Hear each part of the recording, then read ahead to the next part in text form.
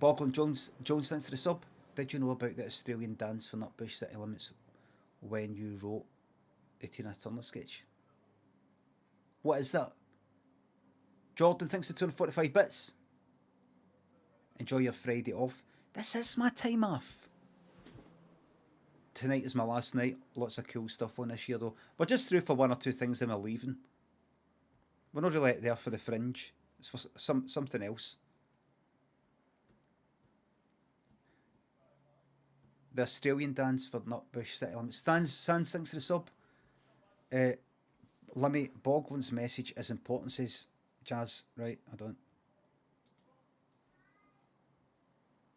Australia has a famous line dance to Nutbush. I didn't know anything about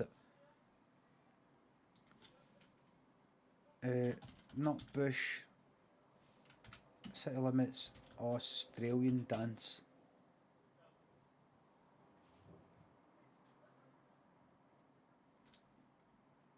Do the Nutbush. Hold on.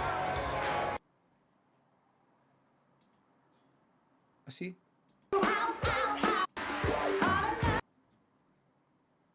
Right. So there we got it in. Step. So it's not like my thing.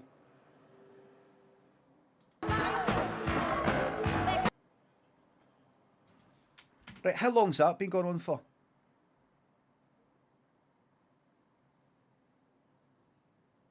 (2009). 2009. So that's before. No, didn't know anything about that.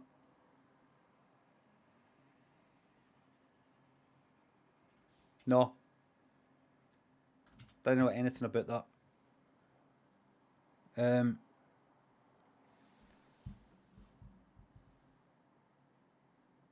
How did I come up with that again?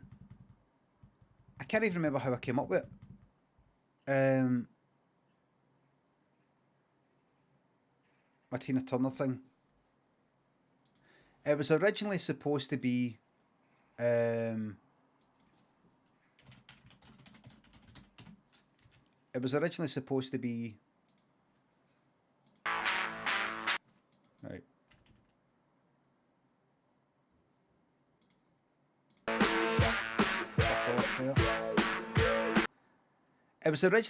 to be. Remember I told you, right? Remember I told you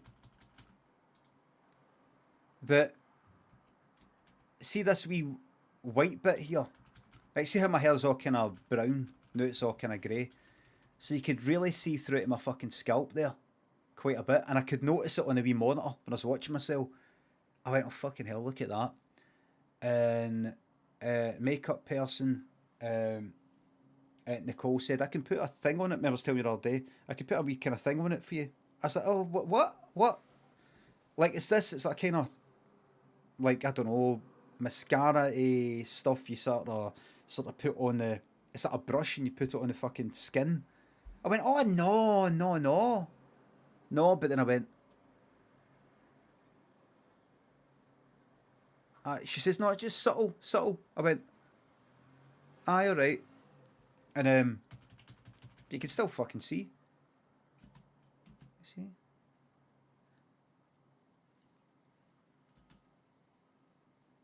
It's not a thing nobody really give a fuck about. It's no shoe polish, but it was like something. I think the original idea was I had it like about a year or two before I actually did the sketch, which was, it's a kind of old-fashioned. I know I've said this before, right? But it was a kind of old-fashioned, come dancing, old. What happened there? Come dancing, old.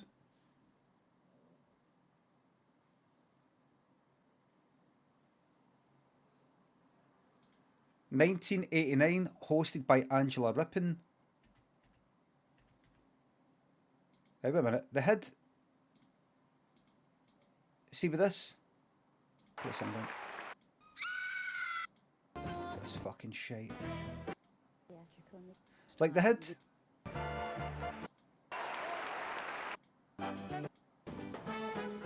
fuck is it? Where is it? It used to be... Alright, fuck it. It used to be, at least, maybe they had a kind of... They had the thing where all the couples would be on the ballroom floor at the same time, and there'd be a judge going like that, walking it amongst them and go like that. Like tap them, I think, to go like that, right, you're out. If I remember correctly. And you go to another one and go tap. Another one tap until you're left with the like in Greece. Like that. I remember it kind of like stuffy looking. They do that once during Strictly at some point. Really? Right. And I was originally thinking of something like that, but instead of tapping them, they get killed. So, like, somebody walks up behind and, like, slashes their throat. Another one breaks their neck. Another one, a fucking chain. Like the Sophie Ellis Bextor music video. No, I can't remember what that's like. Did he get murdered in it? Murder on the dance floor? Is that actually in the fucking music video? Is that actually what fucking happens?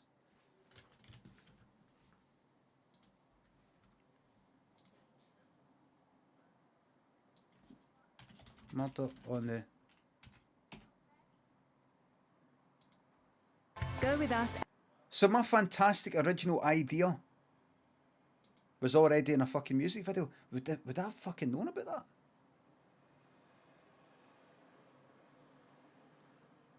I see.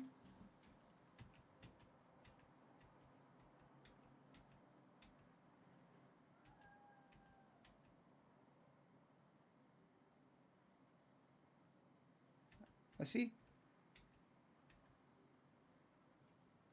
Do the...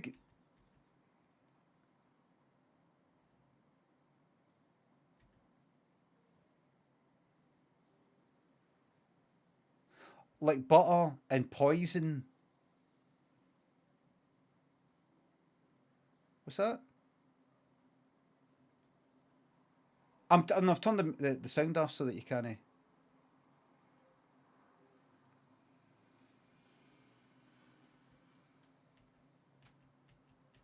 No. It's not the same thing. It's same-ish. It's same-ish. But she's sort of like trying to eliminate them.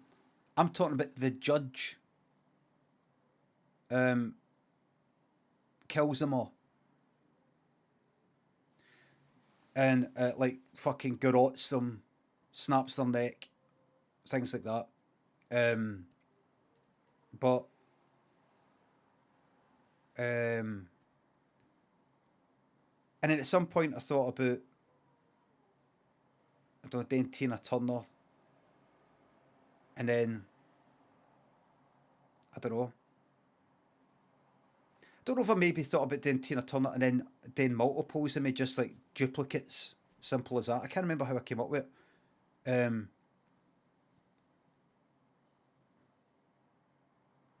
And then the two ideas sort of came together, where I thought, I'm doing that, the Tina Turner sort of dancing thing, multiples of me, but I'll actually film multiples of me. Like, they film me doing it 9 times, and then a judge comes on and eliminates us, but there's no killing, there's no need for any of that shit. And that's it. That's it. I think.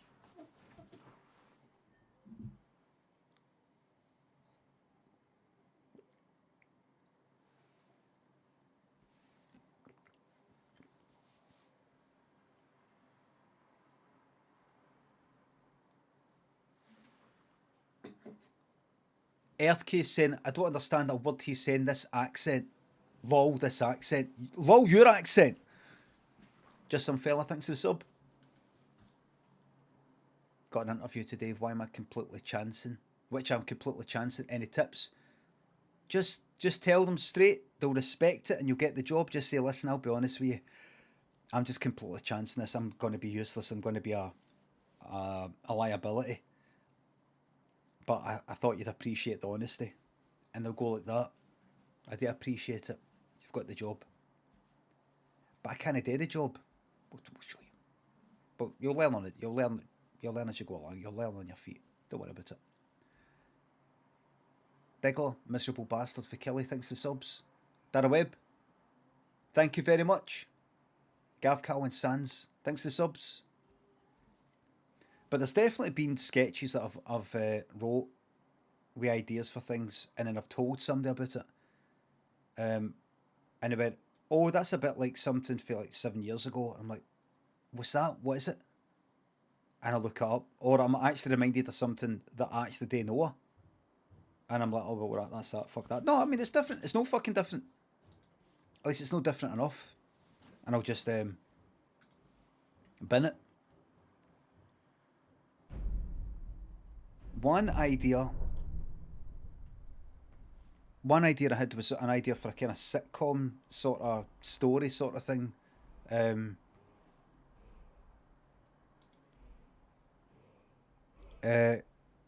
Where somebody's having a bit of a breakdown.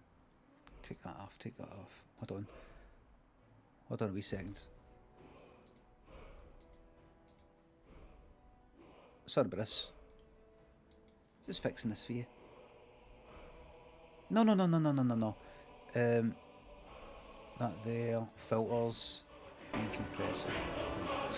Captured 7 inches soft. Thanks to subs.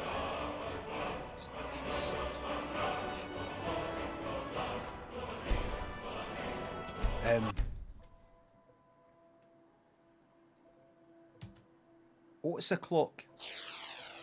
A bit loud? It's loud at the beginning, it isn't loud now.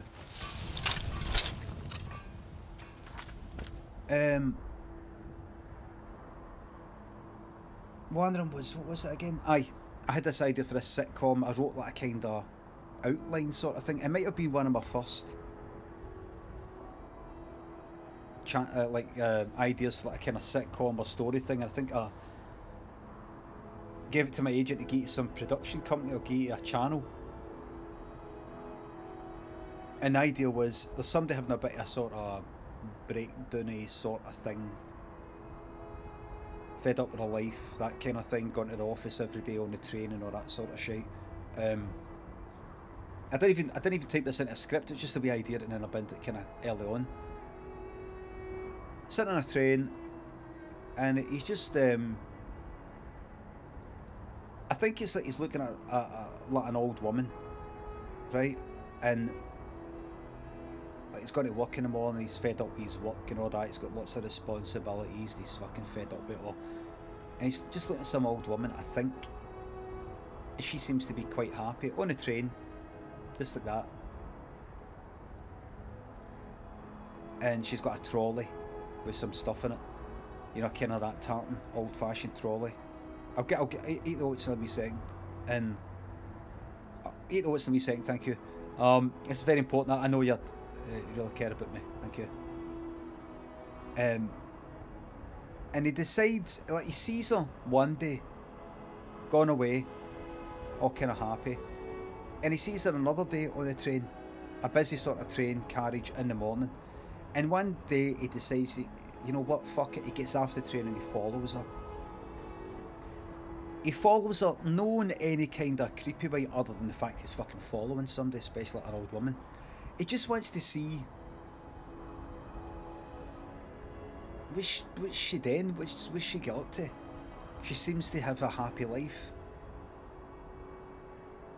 And he follows her, and he sort of gets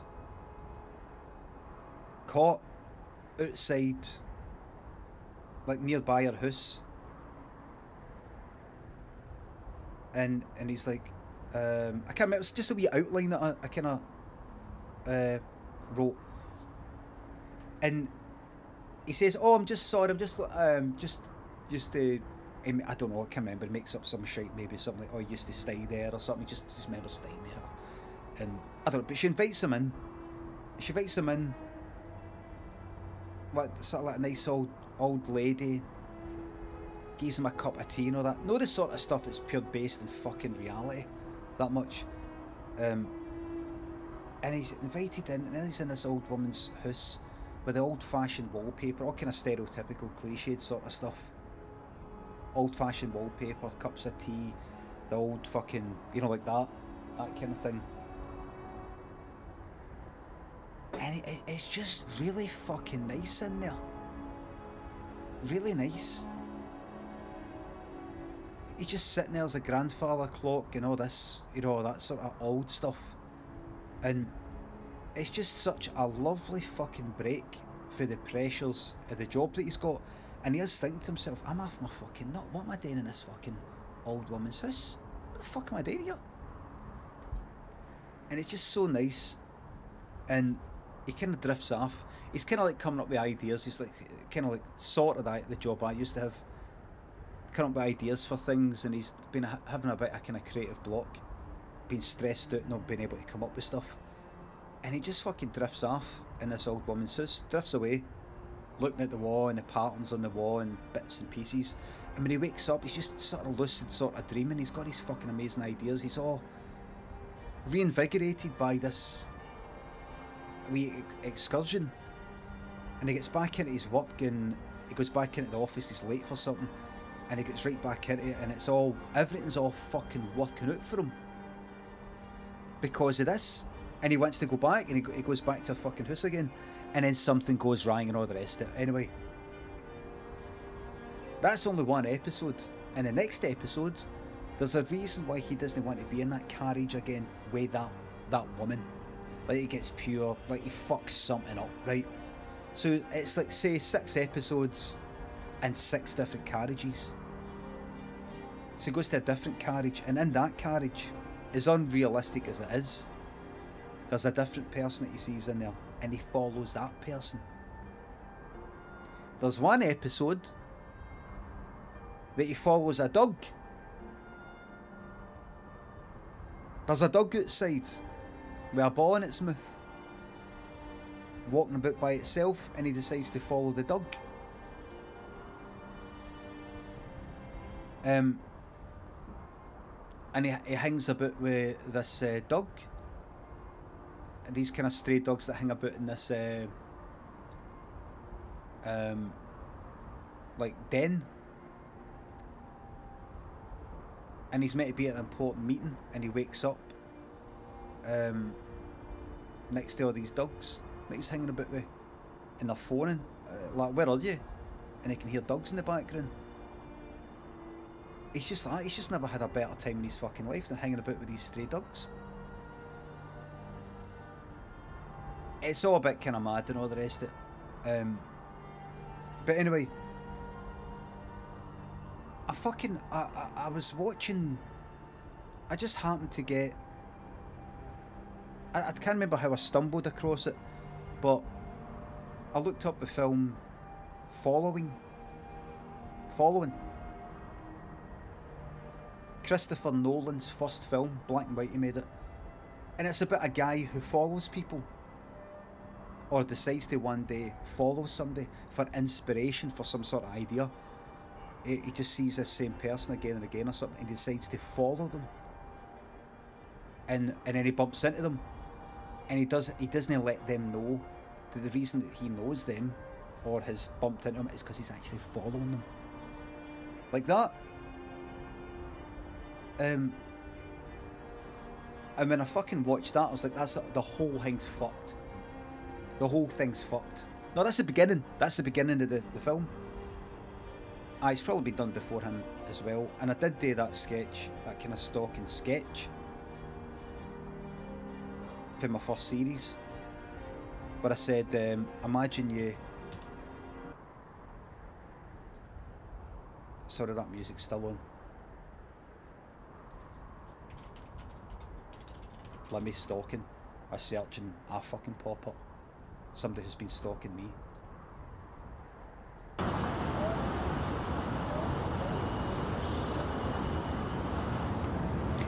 Welcome to the Limmy Show.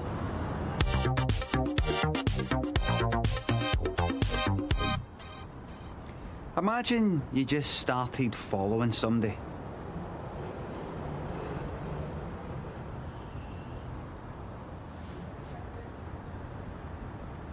Just like that.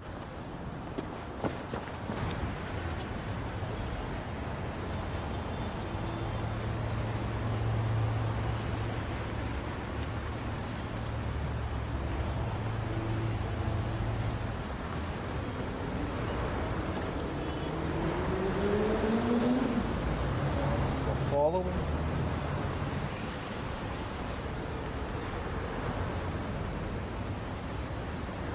£1. This guy. I've aged by 10 years.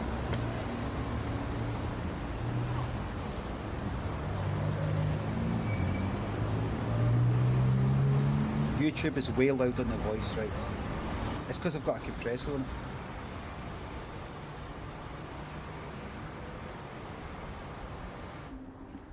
I know it's mad, the jacket, how bag. Look at the denims at the bottom. Look how baggy they're.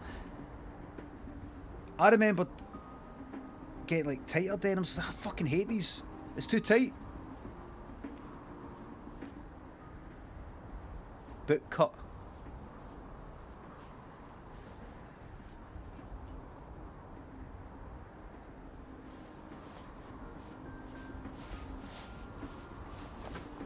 Gazelles? No, Superstar. Can I help you? I've not aged a day. No, I'm just looking. See the lack of foreskin eyes? I'm just looking. Look. Now my eyelids come down to about there. Sure. If you need to be a hand, just give me a shout. Alright. Non-baggy skin, so on and so forth.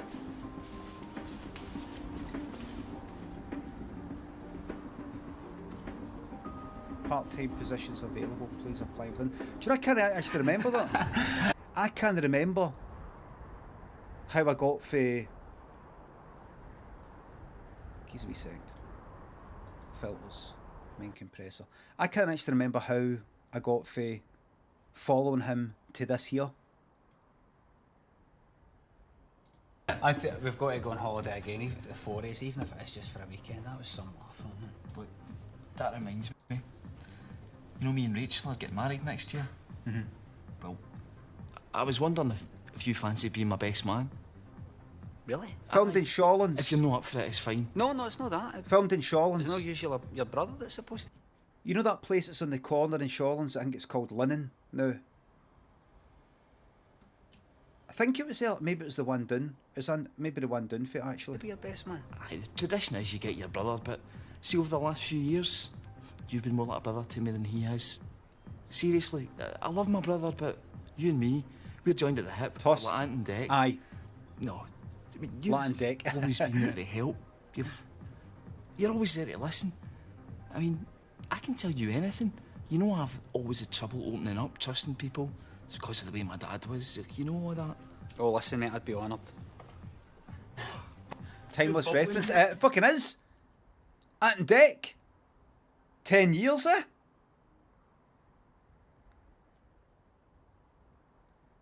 I know I could have said, what would have dated it? What would have dated that? We're like Dom and Don. Or we're like Sam and Mark. Dick and Dom. Don and Dom. We're like Don and Dom. And Dick and Denny.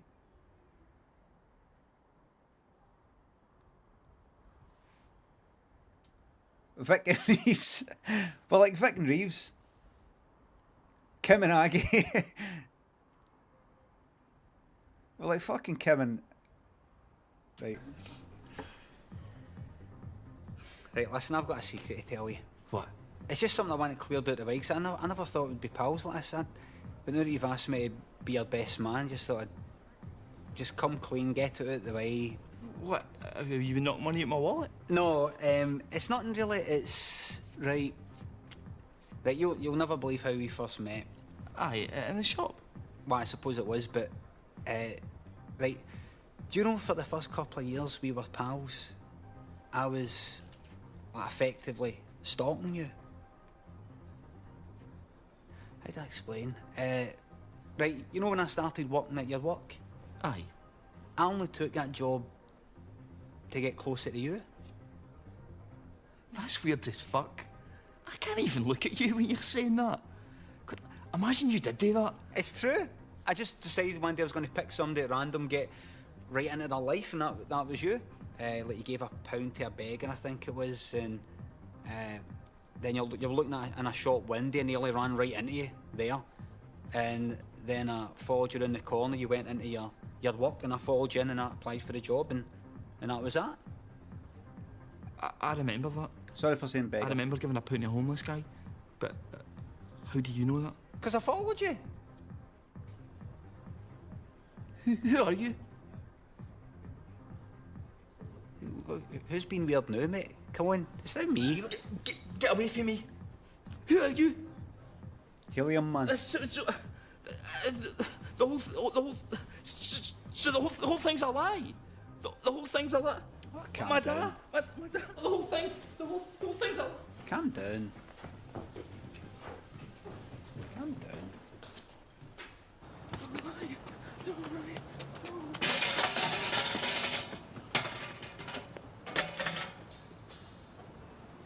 And he went on to have a complete nervous breakdown, and he threw himself off the Kelvin Bridge. I said to him, I said to him,